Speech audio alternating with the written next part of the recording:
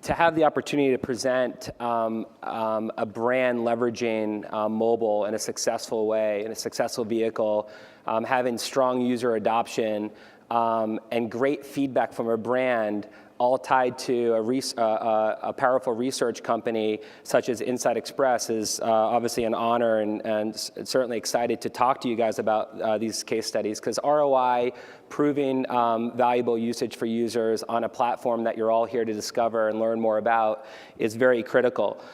Three sort of aspects to highlight it in my presentation with Joy. We'll really talk about how games become the real world. How by leveraging social activity and engaging with the right audience, you can really see purchase intent and brand awareness increase. And again, Joy will speak to the research behind this program. And really, this is one of the first case studies that I've seen and some of our colleagues have seen in the space. So I know it's end of day, it's Monday, and it's 100 degrees outside. See, everyone just looked up when I said that. And you guys all had sugar, which is good, that Joy pointed out. So we obviously have some great things to highlight ourselves and, of course, our other panelists. So I'm just going to kind of give a highlight of how we're going to do this. I'm going to spend some time talking about the background, the setup, the objective of the brand, which is Powermat, the agency we worked with. And obviously, with Joy being the research guru that she is, she'll spend some time talking about the numbers and the metrics, which I think all of you will find extraordinary. So in the context of what we're talking about here today, and how appssavvy plays a role, I obviously spoke a little bit about our business earlier, but again, appssavvy is a platform that enables brands and developers to connect around social activity.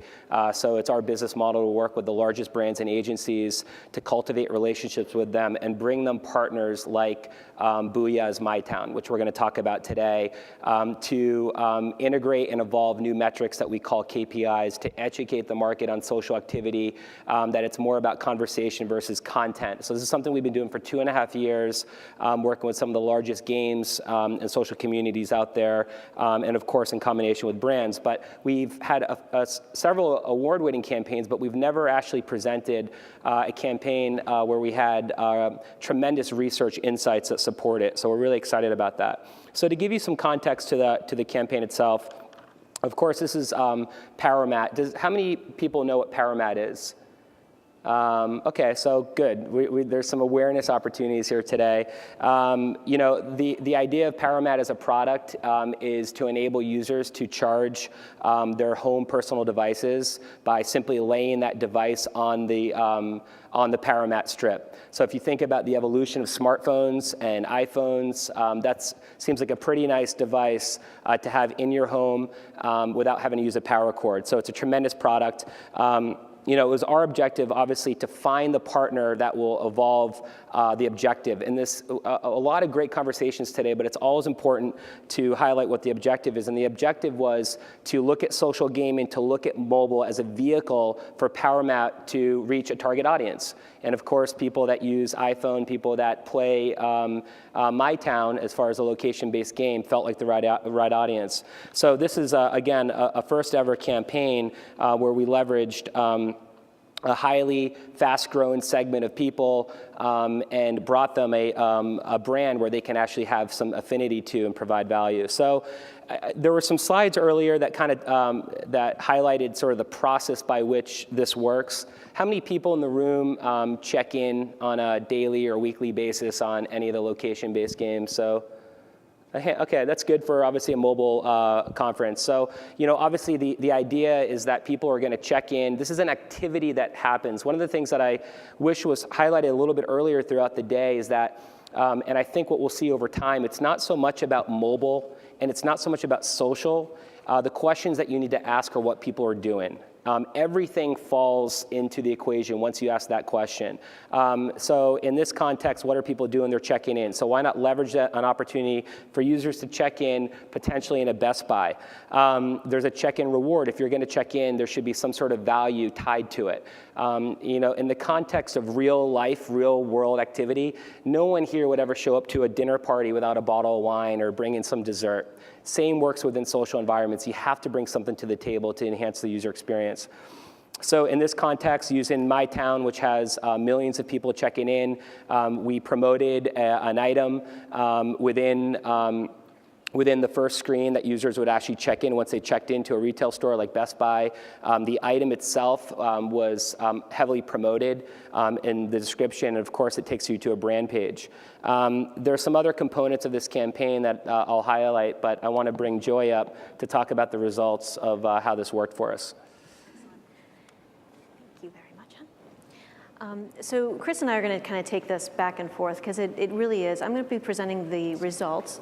Yeah, but I think there's a lot to be learned from both what I'm saying and then what Chris can bring to the table from what the client is saying. So InsightExpress, we're a digital research firm. The two products I'm actually going to make sense of today are two things: mobile ad insights and our ad insights products. Mobile ad insights, the reason why I have the numbers up here of how many studies we've done in the past 3 years, those are going to come into play because we're going to show the comparison from what we see with appssavvy and Powermat campaign against the norms. We're also going to compare it to some online norms as well, and you're going to see these. So I'm going to get started here, and I'm going to go to the research methodology. So we did a brand effectiveness study, and I'm going to go over this really quickly. If we're not familiar with it, catch me later, or I'll fill you in on the details. Basically, what we have is a control group, folks that are not exposed to the piece of creative, in this case, the item, the Powermat that was giving away. We recruited those folks, we asked them some questions, the brand awareness, purchase intent, favorability, all these kind of good things. Then what we did is after they had seen the Powermat item, another group, we asked the folks those same questions. What this allowed us to do then is compare folks that haven't seen something and folks that have seen something against all those metrics. It gives us a very clear understanding of how the campaign actually performed. Make sense? Nods heads? All right, awesome. All right, so take a look. Anybody notice the big difference between the two colors? Okay, so this big difference that you're seeing here is extraordinary, and I'll show you why in the next slide. But keep in mind that when we're looking at aided awareness, and that's when we ask folks, hey, which of these brands have you heard of? And we have not just Powermat in the list, but a bunch of other things, just trying to throw them off the scent. Then we ask them, basically, do you remember seeing something about that? That's the mobile ad awareness piece. Then we ask, how likely are you to purchase this? Okay. And again, we have all these different brands in there. We're not leading them down the path of saying that they want Powermat. These are what folks are saying. So we've got the dark green is the control, the light green is the exposed. Are we floored? Okay, let me go on and show you the comparison factors. No, nobody's floored. They're like, Joy, what the hell? We don't know this, and we don't have anything to compare it to. This is why I bring this slide, folks, okay?